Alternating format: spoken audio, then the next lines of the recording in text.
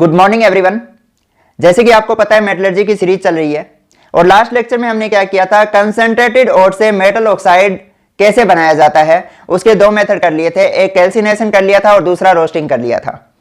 आज हम क्या करने वाले हैं, उस मेटल ऑक्साइड को मेटल में कन्वर्ट करने के लिए कौन से रिड्यूसिंग एजेंट यूज करेंगे। तो उन रिड्यूसिंग एजेंट के सिलेक्शन में एलिंगम डायग्राम हमारी हेल्प करता है। एलिंगम डायग्राम का मेन यूज क्या होता है, selection of suitable reducing agent for conversion of metal oxide into metal. ठीक है, तो सबसे पहला क्वेश्चन ये बनता है कि एलिंगम जो डायग्राम है या एलिंगम कर्व है वो किस किस के बीच में बनता है। सिंपल सी बात है भाई, एलिंगम जो कर्व होता है वो टेम्परेचर और डेल जी के बीच में बनाया जाता है। अगर मैं मोर एप्रोप्रिएट वे से लिखूं तो ये क्या होगा, स्टैंडर्ड स्टेट कंडीशन में हम लेंगे। ठीक है, हमने यहां क्या लिया है, standard gives energy change for formation of metal oxide और टेम्परेचर के बीच में बनाया है। ठीक है, एक बात और ध्यान रखना है, स्टैंडर्ड गिव्स एनर्जी चेंज है for formation of metal oxide पर मोल ऑफ ऑक्सीजन, याद रखना है भी मोस्ट इंपॉर्टेंट है, 1 मोल ऑक्सीजन के लिए हम करेंगे। ठीक है, अब आप कहोगे जी क्या केवल ऑक्साइड के केस में एलिंगम डायग्राम बनाया जाता है? जी नहीं, हम एलिंगम डायग्राम है वो ऑक्साइड के लिए भी बना सकते हैं, हेलाइड के लिए भी बना सकते हैं और सल्फाइड के लिए भी बना सकते हैं। बट हम ऑक्साइड के लिए यहां क्यों कंसीडर कर रहे हैं, मैंने लास्ट क्लास में बताया था कि ऑक्साइड का रिडक्शन होता है वो आसानी से हो जाता है as compare to sulphide and halide. ठीक है, यानी ऑक्साइड को हम रिड्यूस करके मेटल आसानी से ऑब्टेन कर लेते हैं, इसलिए हम ऑक्साइड का केस यहां कंसीडर कर रहे हैं। अब देखो भाई, मेनली जो एलिंगम डायग्राम का यूज होता है वो पायरोमेटलर्जी के अंदर यूज किया जाता है। पायरो का मतलब मैंने पहले भी बता चुका हूं, पायरो का मतलब होता है हीट, जहां हीट देनी पड़ती है। जाहिर सी बात है, जब हीट देंगे तभी तो टेम्परेचर बढ़ेगा, जहां हीट का रोल होगा वहीं तो टेम्परेचर का रोल होगा, है ना। तो हम कहां यूज करेंगे, पायरोमेटलर्जी में। इसका हाइड्रोमेटलर्जी और इलेक्ट्रोमेटलर्जी में इसका यूज नहीं किया जाता। 2 पॉइंट आपको क्लियर हो गए होंगे। तीसरी बात आपको यह ध्यान रखनी है कि एक सिंपल सी इक्वेशन है आपकी जो आप थर्मोडायनेमिक्स में पढ़ चुके हो। आपको यह इक्वेशन अच्छे से याद होगी कि del G is equal to होता है del H T del S.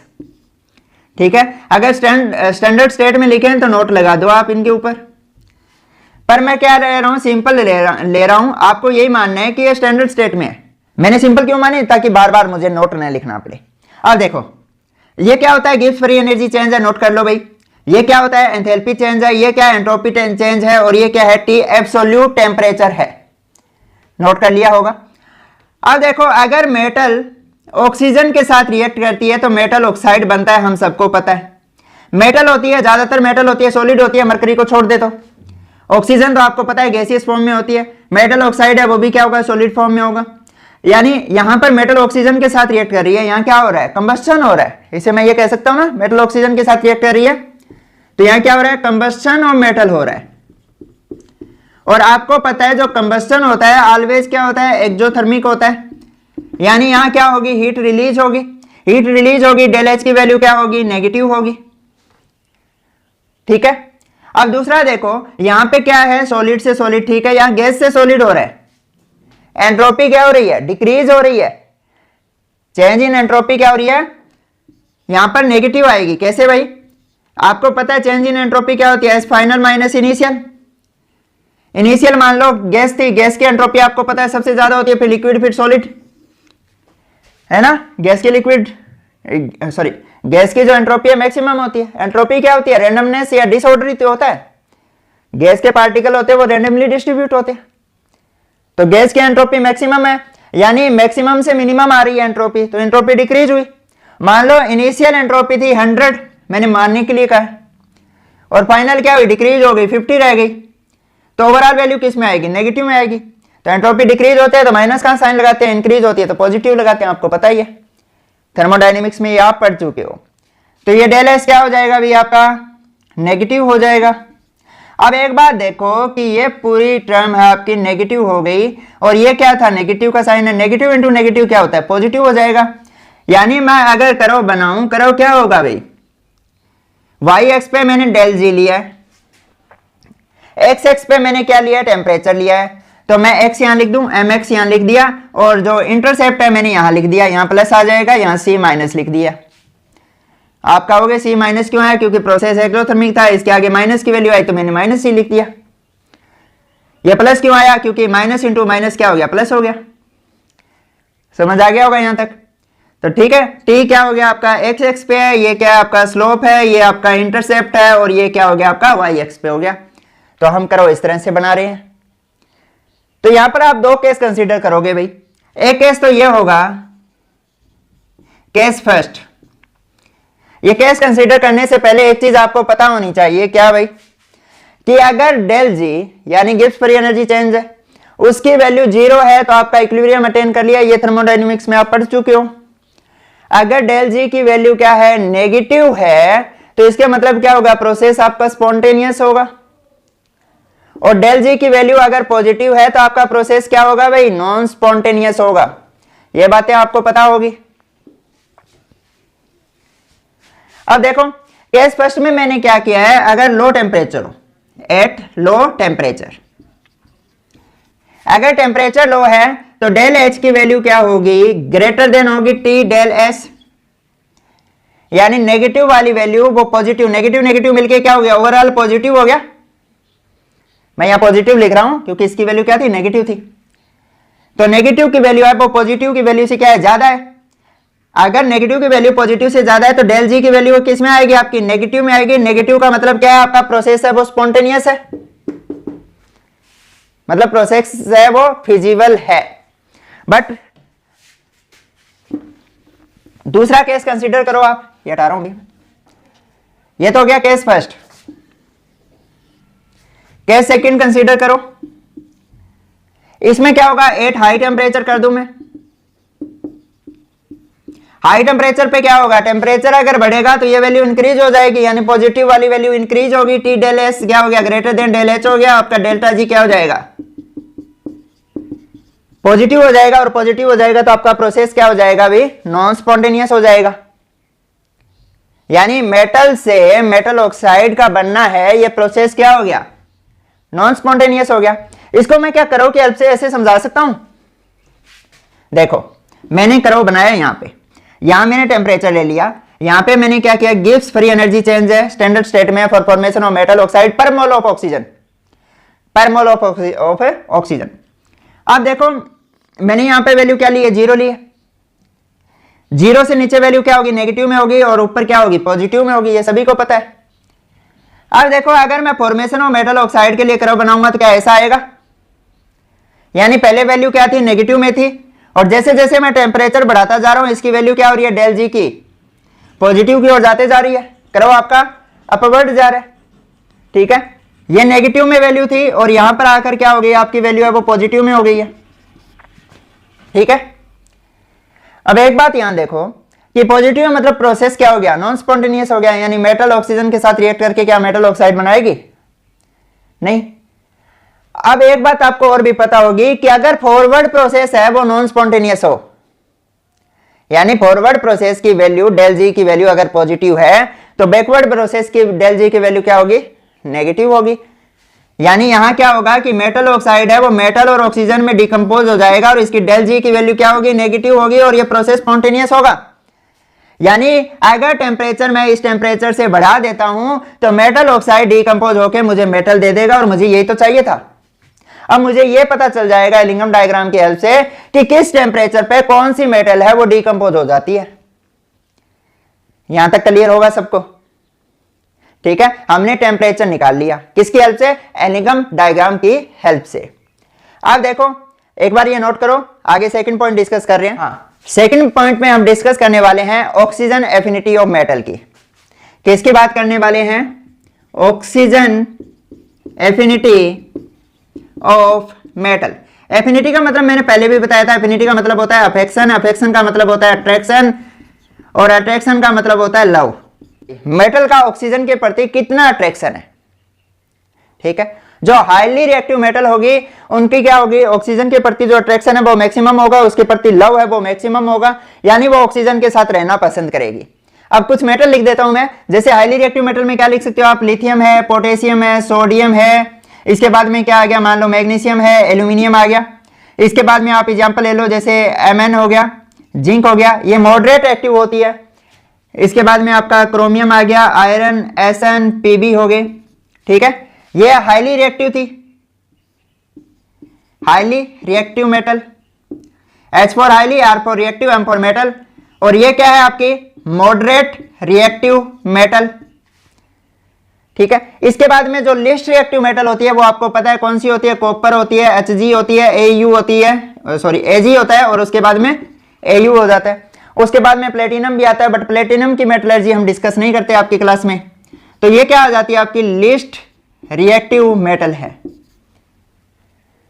ठीक है, जो जितनी ज्यादा रिएक्टिव मेटल होगी उसकी ऑक्सीजन के प्रति एफिनिटी उतनी ही ज्यादा होगी, जितनी एफिनिटी होगी उसकी डेल जी की वैल्यू उतनी ही ज्यादा नेगेटिव होगी। यह बात ध्यान रखनी है।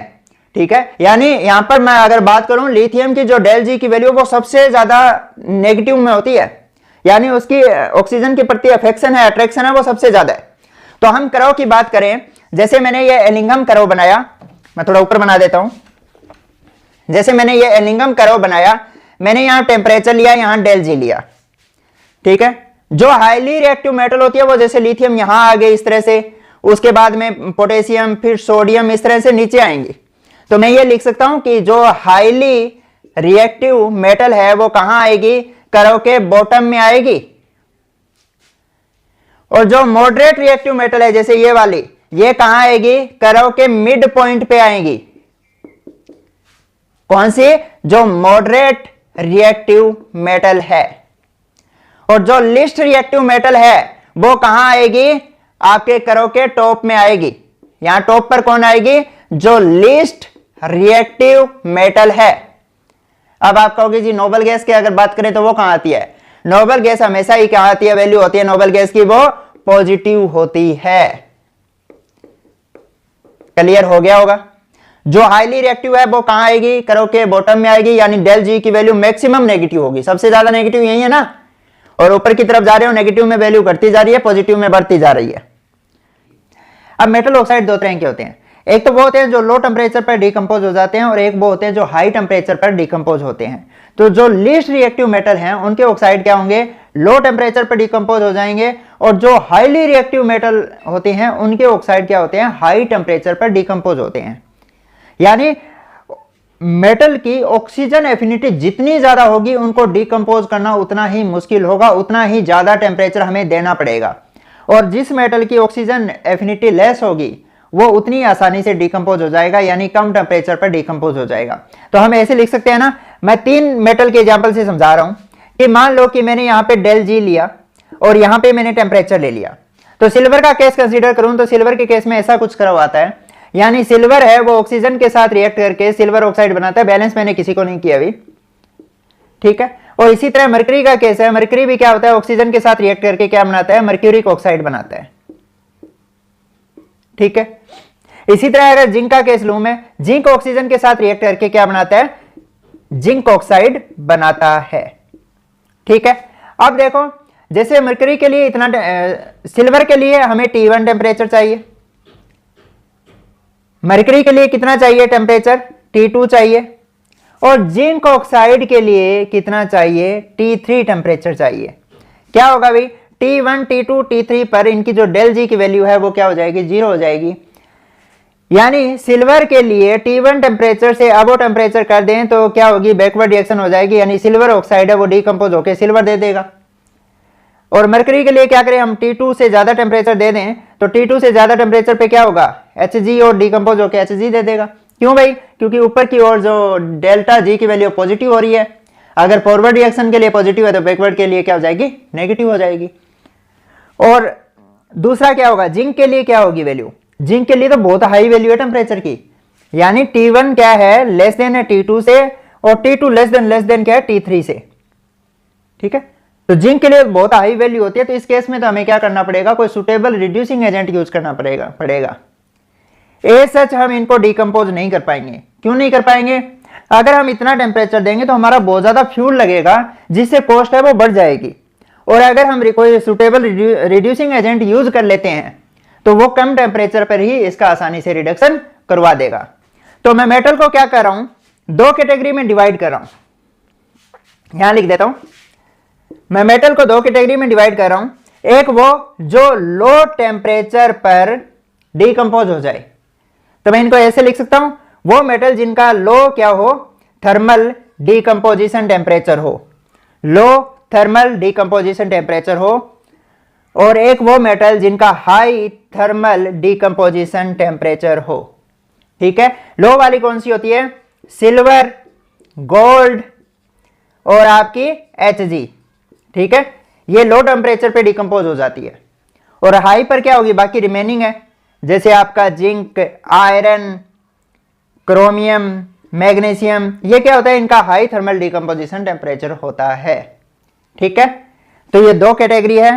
तो इनको तो हम सिंपल क्या करेंगे, हीट देके मेटल ऑक्साइड को मेटल में कन्वर्ट कर सकते हैं, और हमें यहां क्या करना पड़ेगा, रिड्यूसिंग एजेंट यूज करना ही करना पड़ेगा।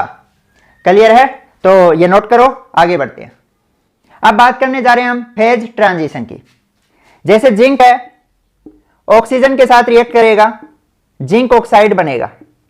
ठीक है, मान लो मैंने यहां जिंक लिया है, वो सॉलिड स्टेट में लिया है, ऑक्सीजन आपको पता है गैसीय स्टेट में है, जिंक ऑक्साइड बना सॉलिड स्टेट में बना, और मैंने ये माना कि यहां पर T1 टेम्परेचर है और मैं हीट दे रहा हूं। ठीक है, ये फर्स्ट हुआ। इसके लिए देखो कि आपकी जो डेल जी की वैल्यू क्या होगी, डेल जी फर्स्ट हो जाएगा। इसके लिए अलावा मैंने इसको भी 1 मान लिया, डेल H1, और यहां पर क्या हो जाएगा आपका -T1 डेल S1।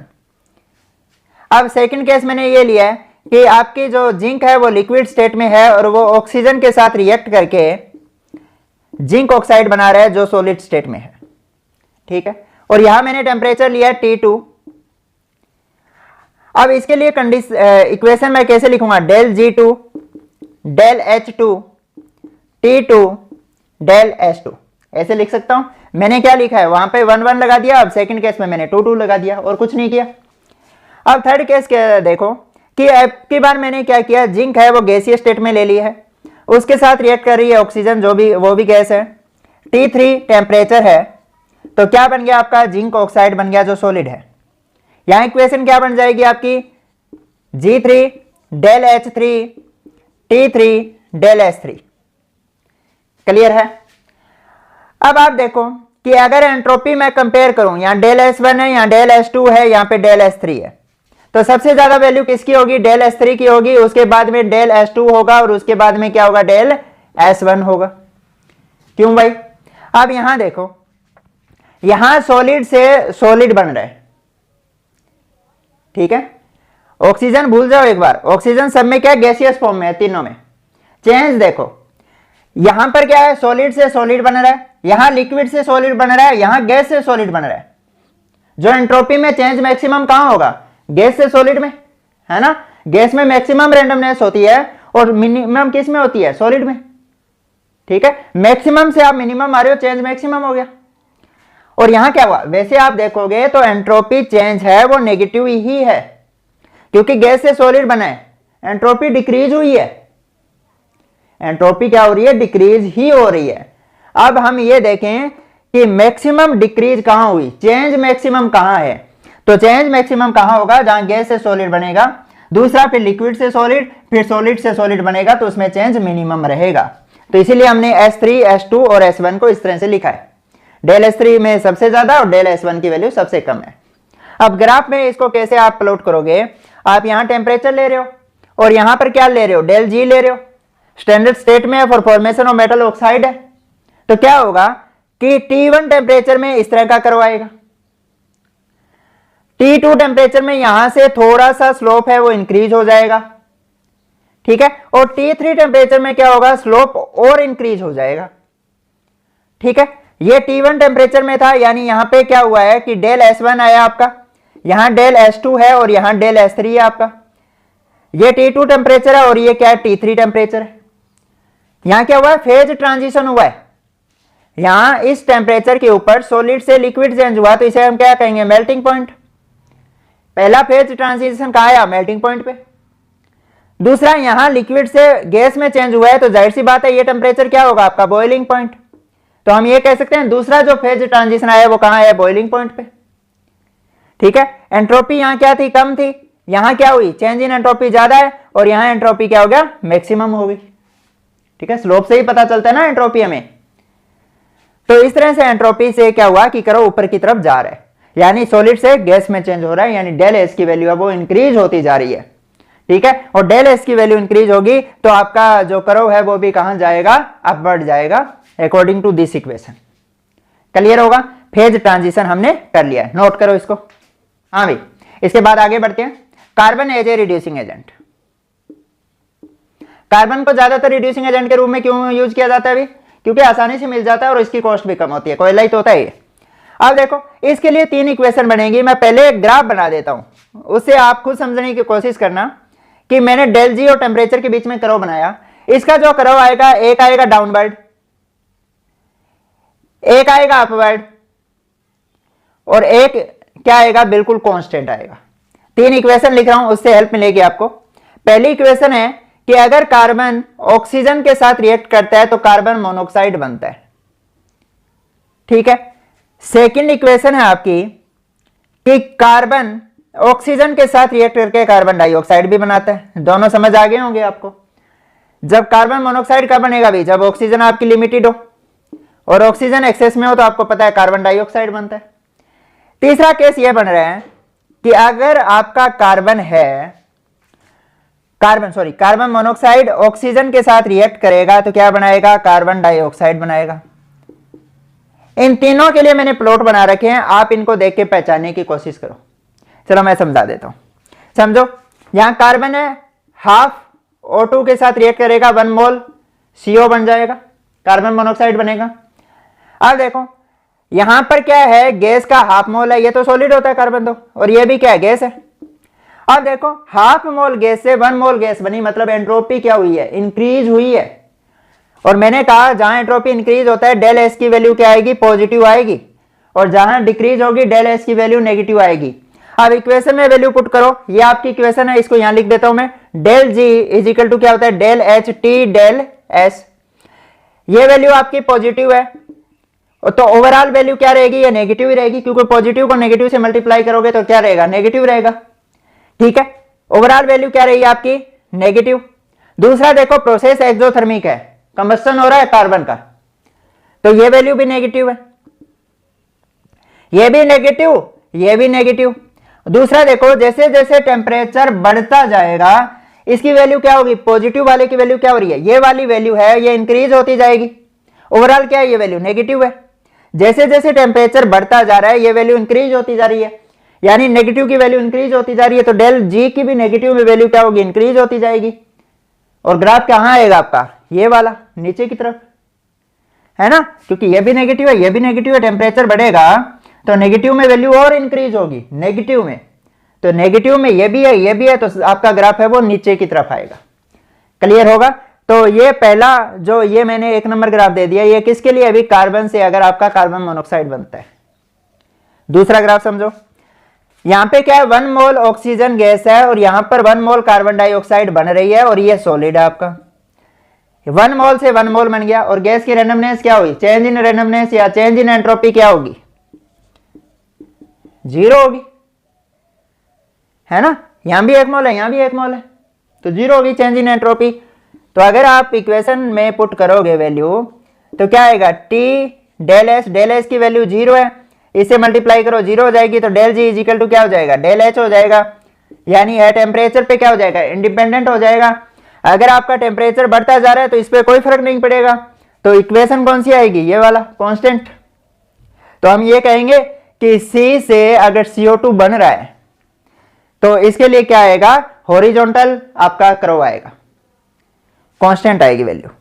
समझ आ गई होगी। अब तीसरा ये समझो भाई, यहां पे क्या है, ये भी गैस है, ये भी गैस है, और यह भी गैस है। हुआ क्या, 1.5 मोल, यहां पर टोटल मोल कितना है, 1.5 मोल है गैस का, और यहां पर क्या है, 1 मोल है, यानी 1.5 मोल गैस से 1 मोल गैस का कंपाउंड बन रहा है। मतलब एंट्रोपी क्या हो रही है, डिक्रीज हो रही है, चेंज इन एंट्रोपी क्या हुई, डिक्रीज होगी। तो डेल एस की वैल्यू क्या आ जाएगी, मैंने कहा था जब एंट्रोपी क्या हो, डिक्रीज हो, रैंडमनेस डिक्रीज हो, तो वैल्यू क्या आएगी, नेगेटिव आएगी। ठीक है, अब डेल एस की वैल्यू नेगेटिव है तो मैं यहां लिख देता हूं, क्या होगा अभी, del G del H T del S. Del S negative है, नेगेटिव इंटू नेगेटिव क्या हो जाएगा, ये ओवरऑल वैल्यू पॉजिटिव हो जाएगी। ये तो एक्सोथर्मिक है, नेगेटिव रहेगी, तीनों केस में डेल एच की वैल्यू नेगेटिव ही रह रही है। तो ये पॉजिटिव होगी, तो टेम्परेचर जैसे जैसे बढ़ता जाएगा पॉजिटिव की वैल्यू इंक्रीज होती जाएगी, यानी डेल जी की वैल्यू भी क्या होगी, नेगेटिव से पॉजिटिव की तरफ शिफ्ट हो जाएगी। क्लियर है? तो आपका CO से CO2 वाला कर्व कौन सा आएगा, ये वाला आएगा। तो ये तीनों आपको समझ आ गए होंगे, नोट करो। नेक्स्ट पॉइंट आता है सिलेक्शन ऑफ रिड्यूसिंग एजेंट। हम एक एग्जांपल के थ्रू समझ रहे हैं भाई। हमने क्या किया, इस तरह से कर्व बनाया, यहां पे मैंने टेम्परेचर लिया है और यहां पे क्या कर लिया, मैंने डेल जी ले लिया। ठीक है, स्टैंडर्ड स्टेट में for formation of metal oxide है। तो मैंने क्या किया, यहां पर मैग्नीशियम के लिए कर्व बना लिया, कुछ इस तरह से आएगा, और दूसरा मैंने एल्यूमिनियम के लिए बना दिया, कुछ इस तरह से जाएगा। ठीक है, अब देखो मैग्नीशियम है वो ऑक्सीजन के साथ रिएक्ट करके मैग्नीशियम ऑक्साइड बना रहा है, मैं बैलेंस नहीं कर रहा, अभी बैलेंस खुद कर लोगे।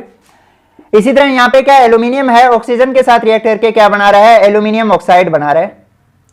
ठीक है, और ये टेम्परेचर है, इसको हम बोलते हैं क्रॉस ओवर टेम्परेचर, जो एक दूसरे को इंटरसेक्ट करते हैं उस टेम्परेचर को हम क्या बोलते हैं, क्रॉस ओवर टेम्परेचर। ये क्या है आपका, क्रॉस ओवर टेम्परेचर। क्लियर है? अब देखो होगा क्या भी, ये टेम्परेचर जो क्रॉस ओवर टेम्परेचर है मैग्नीशियम और एल्यूमिनियम का, ये लगभग होता है 1623 केल्विन।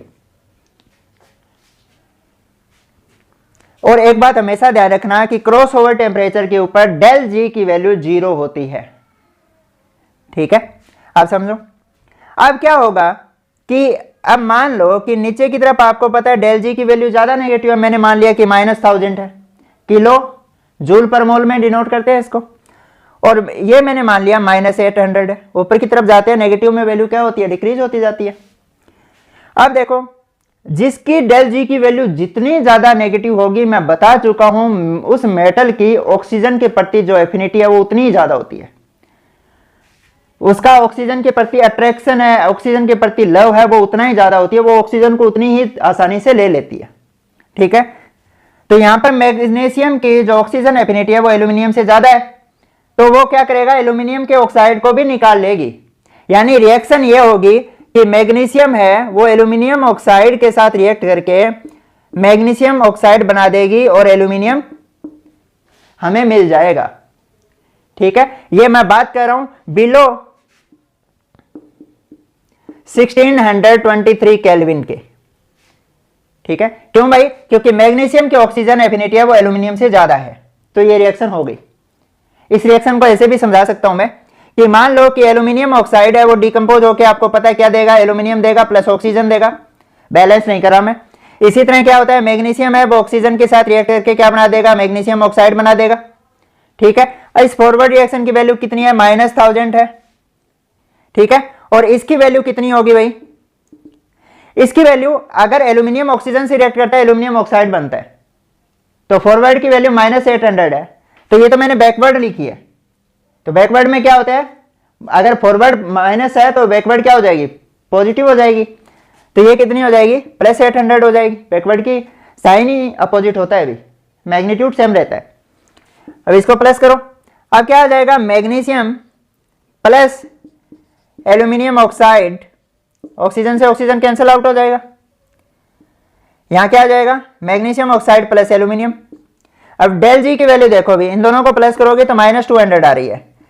अगर डेल जी की वैल्यू माइनस आती है तो प्रोसेस स्पॉन्टेनियस होगा, ये मैंने शुरू में बता दिया था आपको, तो ये रिएक्शन पॉसिबल है। अब मैं इसी टेम्परेचर पे, इसी मतलब इससे कम ही टेम्परेचर पे, 1623 से कम टेम्परेचर पे अगर मैं रिवर्स लिखूं, यानी मैं ऐसे लिख दूं कि मैग्नीशियम ऑक्साइड है वो एल्यूमिनियम के साथ रिएक्ट करके मैग्नीशियम बना देगा और प्लस क्या निकल जाएगा आपका, Al2O3 निकल जाएगा। क्या ये पॉसिबल है, देखते हैं। तो मैं यहां लिख देता हूं रिएक्शन, जैसे क्या होगा भाई, मैग्नीशियम ऑक्साइड है डिकम्पोज होके क्या देगा, मैग्नीशियम प्लस ऑक्सीजन देगा, है ना, और एल्यूमिनियम है वो ऑक्सीजन के साथ रिएक्ट करके क्या बना देगा, Al2O3 बना देगा। इसको क्या मैं ऐसे लिख सकता हूं, ऑक्सीजन से ऑक्सीजन कैंसिल हो गया, यही आ जाएगी, मैग्नीशियम ऑक्साइड आ गया, एल्यूमिनियम आ गया, मैग्नीशियम आ गया, एल्यूमिनियम ऑक्साइड आ गया। अब वैल्यू देखो, इसके लिए -1000 है, तो रिवर्स के लिए क्या हो जाएगी, ये रिवर्स कर दी ना मैंने, फॉरवर्ड के लिए माइनस है 1000, तो रिवर्स के लिए क्या होगी, प्लस 1000 हो जाएगी।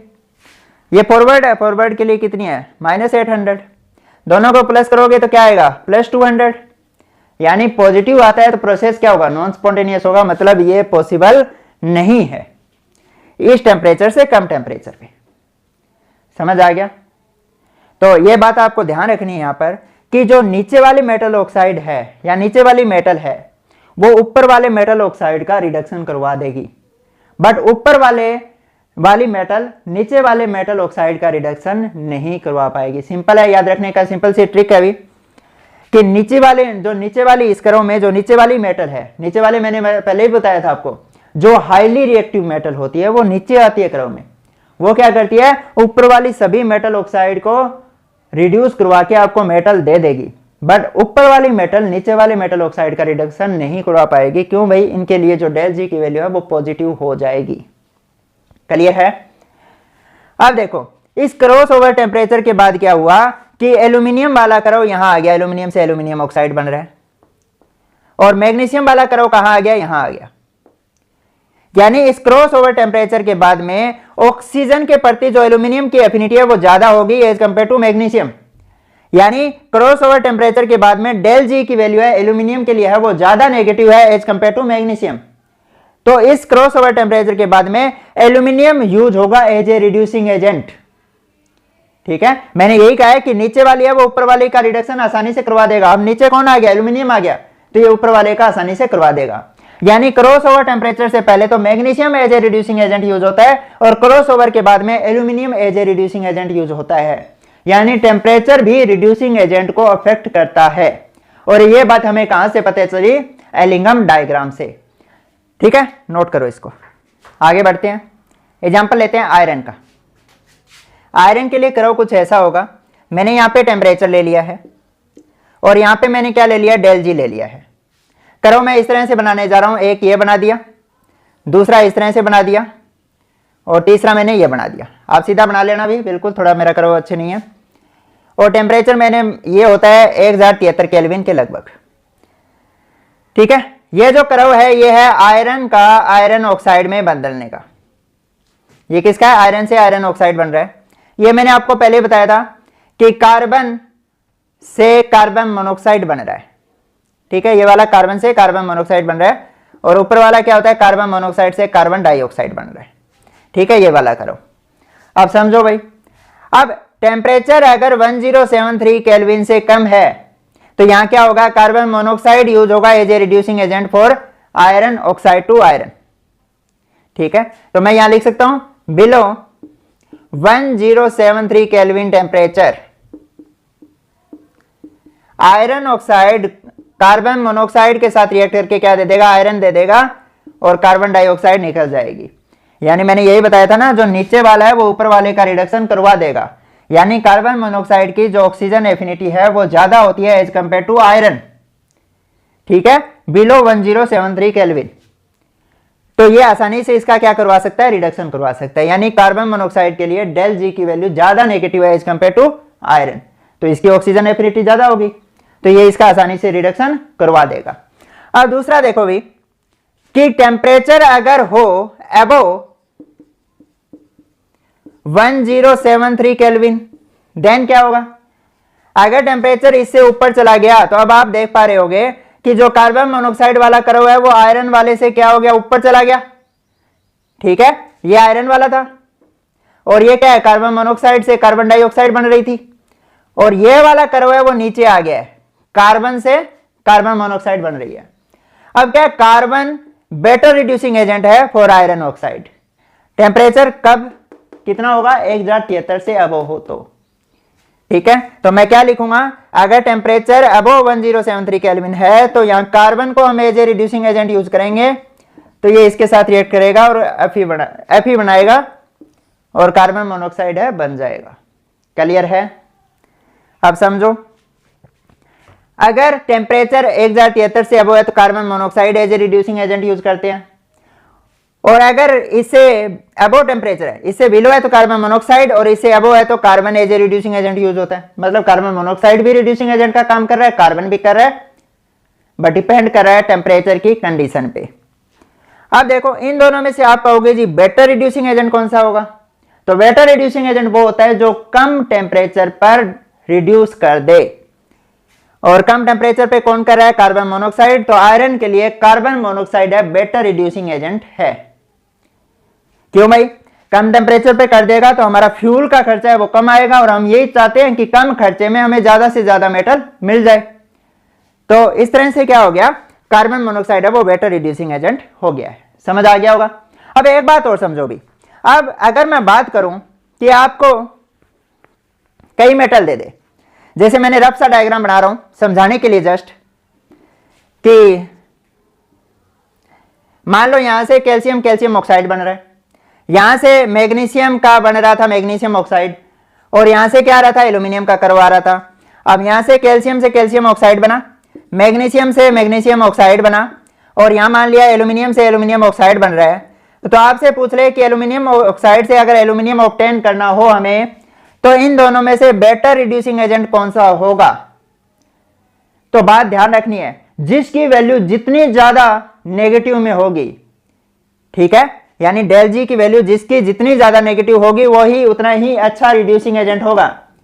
यानी यहां कैल्शियम की सबसे ज्यादा नेगेटिव है तो कैल्शियम बेटर रिड्यूसिंग एजेंट है as compare to magnesium.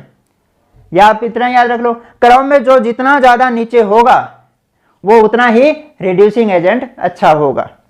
Clear है, यह था आपका एलिंगम डायग्राम।